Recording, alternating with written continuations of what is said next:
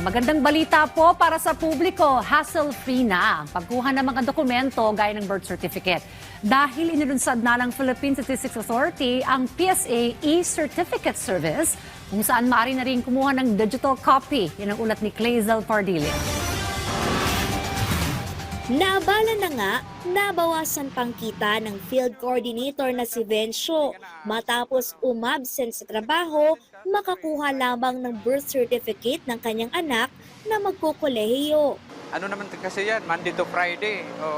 So hindi naman tayo pwede ng Saturday, Sunday. So i-absent po talaga. Mahasel po kasi commute, lalo na pag nasa probinsya, kailangan pang lumuwas ng Quezon City. Ang good news ng Philippine Statistics Authority, ang mga birth, marriage, death certificate at iba pang mahahalagang dokumento pwede nang i-request at makuha ang kopya online.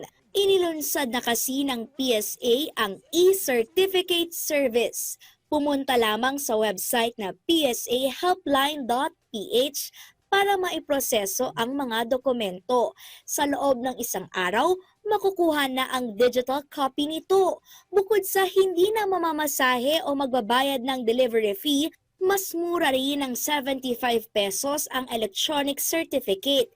Higit sa lahat, ayon sa PSA, matipid sa oras because hindi ka na pupunta sa mga outlets physically, you don't have to line up, you don't have to commute. So maraming masisave na time. Nasa office ka lang, pwede mo namang isingit yun kahit on duty ka.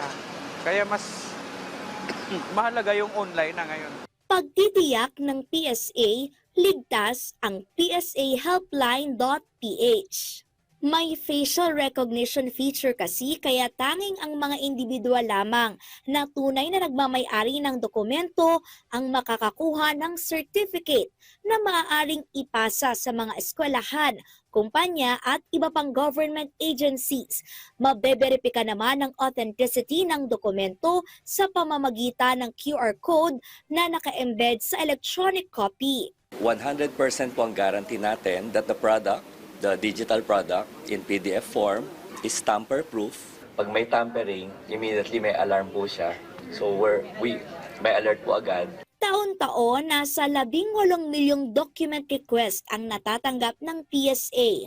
Target ng ahensya na mabawasan ito ng 50% at maiproseso sa pamamagitan ng e-certificate.